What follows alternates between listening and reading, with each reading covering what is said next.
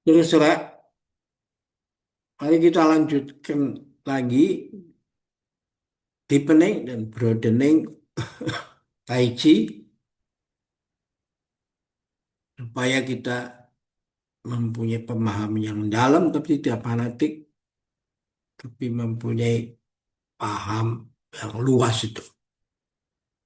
Nah, dasar yang kita ambil adalah ambil dari kitab namanya I Ching, The Book of Change, yang sudah muncul 3.000 tahun lalu, 3.000 tahun sebelum Masehi, artinya usianya sudah 5.000 tahun itu.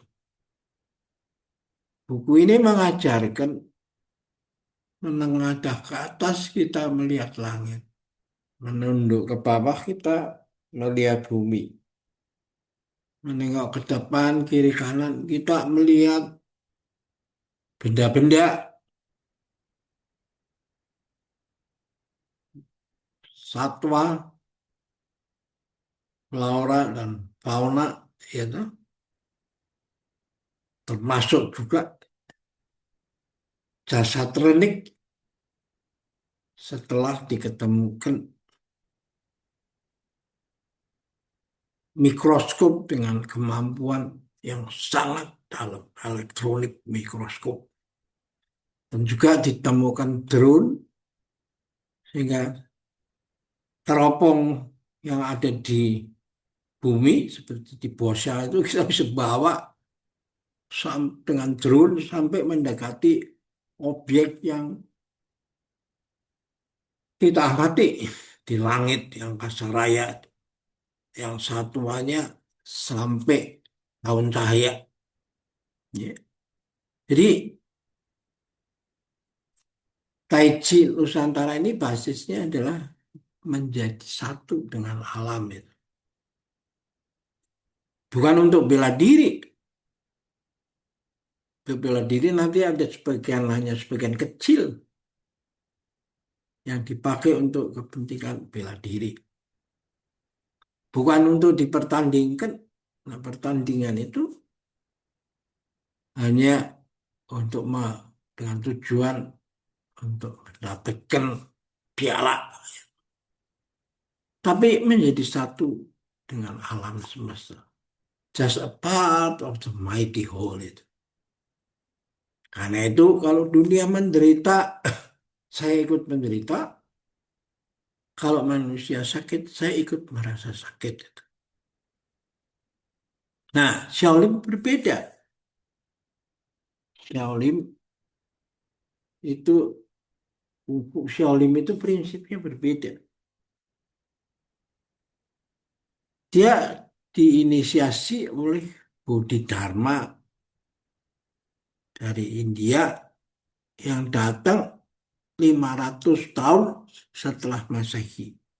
Artinya 1.000 tahun setelah Siddhartha Gautama di India baru ada seorang pangeran yang bernama Bodhidharma dari darah kerajaan loh, datang ke Tiongkok sana.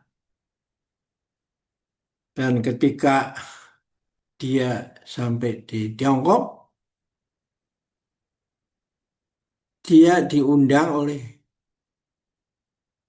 Raja Wu Liangwuzi, seorang penganut Buddhism yang sudah lama berkembang sebelumnya di Tiongkok juga, yang sangat aktif juga membangun apa mendukung kegiatan agama. Nah, dia diundang dan datang dong dalam perjalanan ke Shaolin. Dong.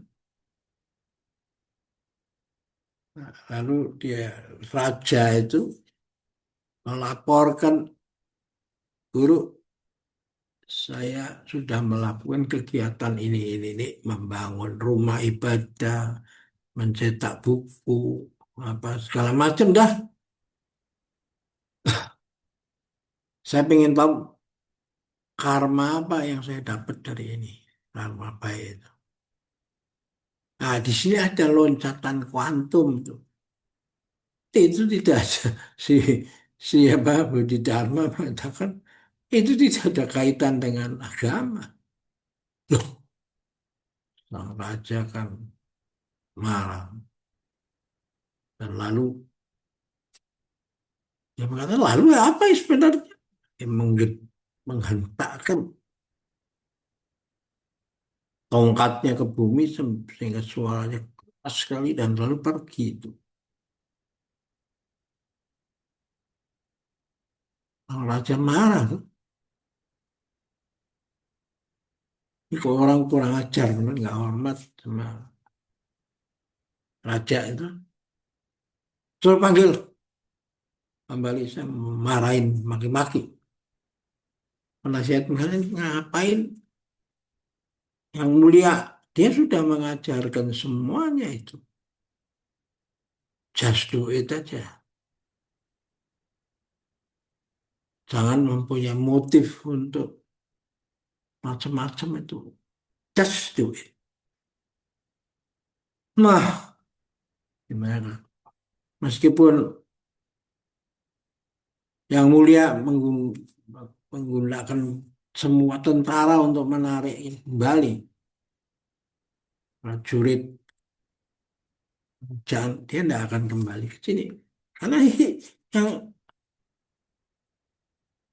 yang mulia tanyakan sudah terjawab semua dengan hentakan apa tongkatnya itu. That's all itu. Just do it. Nah, ini yang diambil alih oleh menjadi moto sebuah pabrik alas kaki yang terkenal juga toh sekarang. Nah, apa sebenarnya latar belakang ini? Yaitu bahwa Bodhidharma tahu bahwa di Tiongkok ini ada suatu cara pandang yang luar biasa juga yang datang dari Lao Tzu itu. Setiap hari satu langkah, meskipun perjalanan masih ribuan li, setiap hari berbuat baik, meskipun banyak rintangan. Just do it saja. Nah, menyadari ini maka Budi Dharma tidak langsung masuk ke wihara Shaolin, tapi minta satu tempat di atasnya dan dia bermeditasi di sana selama 9 tahun. Bikuan 9 tahun menghadap tembok itu. Maknanya apa? Maknanya adalah tidak gampang ini mempertemukan cross cultural fertilization antara Buddhism yang dia bawa dengan Taoism. Tambah lagi Konfusianisme yang ada di Tiongkok itu. Dan itu saya nggak boleh gegabah sembarangan ya cetak buku ngomong-ngomong sana sini kuliah. Saya harus merenungkan duduk 9 tahun. Bayangkan 9 tahun meditasi 30 menit aja atau 40 menit udah kelas 9 tahun lain just facing the ball itu. Nah, lalu setelah itu dia baru turun. Nah, mengapa dia bisa mengembangkan lalu dikenal sebagai pencipta atau pendiri ilmu bela diri Shaolin Kungfu tadi itu, ya toh, dalam buku ini, ya. Karena dia melihat, aduh, ini semua di setelah diamati, ini semua di biara ini cuman baca buku, ya toh, meditasi, berdoa sana sini, ritual aja. Ya kamu kalau begini terus ya mudah sakit kan. Ya, harus ada gerakan itu lah supaya punya fisik kuat. Ya, tuh. Sebagai entry point untuk mempelajari Buddhism itu. Jadi Buddhism bukan orang yang menarik diri dari kehidupan sehari-hari, tapi terlibat di dalam keseharian itu. Makanya kalau Anda lihat itu belum diajar kungfu, sebelumnya itu enggak ada. Orang cuman apa ya membersihkan ruangan apa segala macam nyapu apa segala, ya membersihkan WC apa segala merawat taman ya. Ah ini aja yang kita pakai itu untuk dijadikan menjadi semacam latihan spiritual melalui raga kita. Menyapu itu dijadikan kalau dengan apa kesadaran here and now sebagai indah dan suci sekarang dan di sini sebagai indah dan suci untuk jalani, maka akan menjadi semakin profesional atau menjadi semakin pakar ahlinya yang bisa menjadi contoh bagaimana menyapu dengan bagus, memotong kebun, gardening, masak dan lain-lain. Dan lalu kemudian dia malah kalau wihara kamu diserbu sama rampok ya kamu nggak bisa mempertahankan diri. Ngapain kamu? Ya habisin kamu. Nah dari situlah lama dikembangkan ilmu sapu itu dia bisa menjadi pentung kan. Gagang sapunya itu bisa dijadikan tongkat. Dan kemudian berkembang bisa menjadi pedang setelah masuk orang-orang jagoan-jagoan di luar yang bertobat dan menjadi masuk menjadi apa biksu dalam Shaolin Temple kan. Nah, lalu sapu yang gede tinggi itu atau pikulan itu dijadikan ilmu tongkat yang sangat terkenal dalam Shaolin. Telapak tangan lalu berubah menjadi telapak Buddhism. Itu. Jadi kursi bangku itu juga bisa menjadi alat untuk ilmu silat itu, ya, untuk mempertahankan diri. Nah inilah perbedaan antara bagaimana dua cultural, dua budaya yang besar di India itu bisa terjadi apa, penyerbukan silang budaya, cross cultural fertilization, sehingga lalu berkembang seperti yang kita saksikan di film-film kungfu, ya. Dan juga kita lihat bahwa Barat mulai mengambil ilmu-ilmu dari Tiongkok, no? Nah, ini yang persis dikerjakan oleh Deng Xiaoping ketika mengirim mahasiswa dari Tiongkok untuk ngambil ilmu di apa di Amerika sebagai superpower, no? Sehingga dalam waktu yang tidak terlalu lama, ya, tahun 49 setelah merdeka, itu Tiongkok bisa berkembang menjadi seperti sekarang ini. Ya.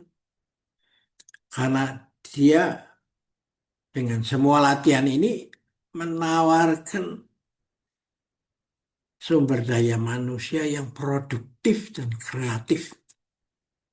bukan menawarkan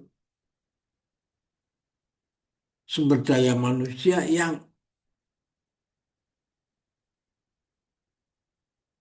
murah, tuh, low cost. Tapi ya hasilnya ini hanya bisa membuat barang-barang ya kualitas rendah semua kan. Bagaimana dia bisa meloncat menjadi sekarang menjual kereta api dengan kecepatan 550 kilometer per jam itu. Dan terus ditargetkan supaya bisa menyaingi pesawat terbang yang sekarang sekitar 850 kilometer per jam kecepatannya. Kalau ini bisa terjadi, maka polusi udara akibat pembakaran bahan-bahan fosil itu bisa diturunkan gitu. Karena kita bisa untuk ke Australia kita Melbourne kita bisa ikut kereta api dari Beijing super cepat yang menuju ke Melbourne. Oke, kita akhirin dulu. Nanti kita lanjutkan pertemuan kita lagi ya supaya apa pemahaman kita semakin mendalam ya.